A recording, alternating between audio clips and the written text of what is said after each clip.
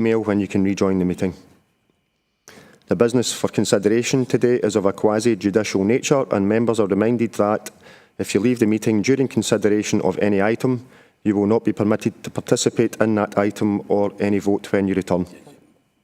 For those attending remotely, please advise me via the chat facility if you are leaving the meeting and are unable to participate in the item. Before I take the sediment, I will begin recording the meeting.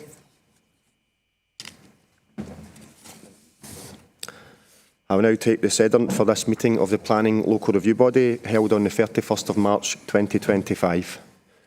The following members are present: Councillors Alec Allison, Jerry Convery, Colin Dewar, Gladys Ferguson Miller. Councillor Cal Johnson Dempsey is not present, and the following members are all present: Councillors Leslie MacDonald, Richard Nelson, Norman Ray, Graham Scott and David Shearer.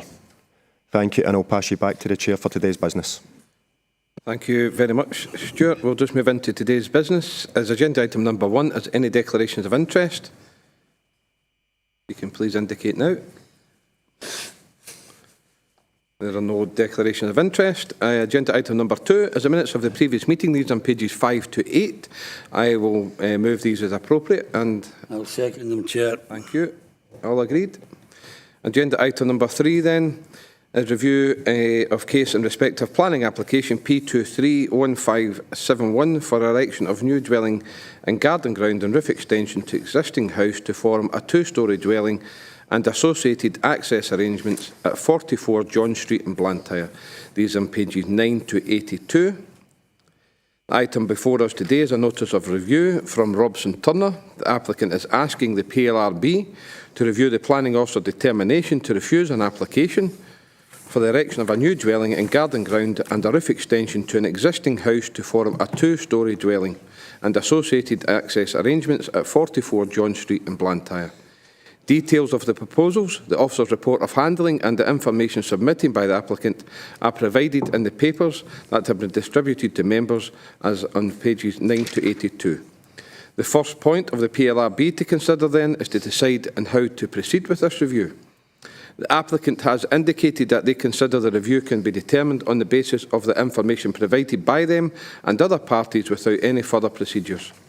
Taking account of what is in our papers, we have to decide whether they do in fact contain sufficient information for us to determine this review, or if we need more written information, a hearing or a visit to the site.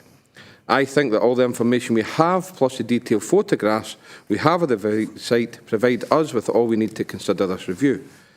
Do the members therefore agree that we can proceed without a site visit, hearing or additional information? Agreed. Agreed. Anyone otherwise needed? We will then proceed to the review, and I will open now for any discussions or comments. If you can please indicate now.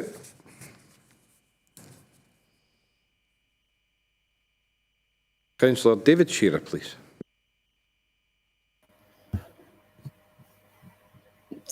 Thank you, Chair. Can you hear me? Yeah, we can hear you. Right. Thank you. Chair, I'm assuming that the applicant has been informed by the department that anything, a change of use or a change of accommodation within the existing building would be preferable rather than a new build and an extension that we are considering here today. I take it that those discussions have taken place before we got to this stage. Yes?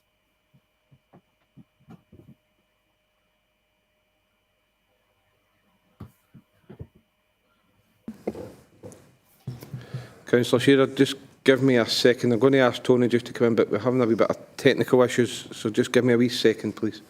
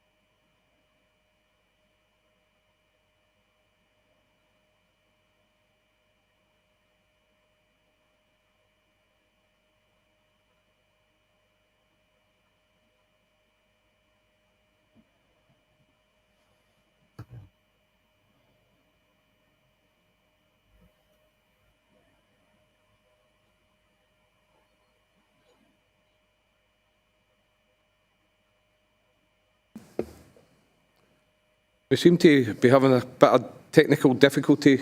We're going to stop the meeting and restart, and then I'll come back to you, Councillor Shearer, if that's okay. So if you can click off Okay. just for a moment, we will restart the meeting and then we will come back to you.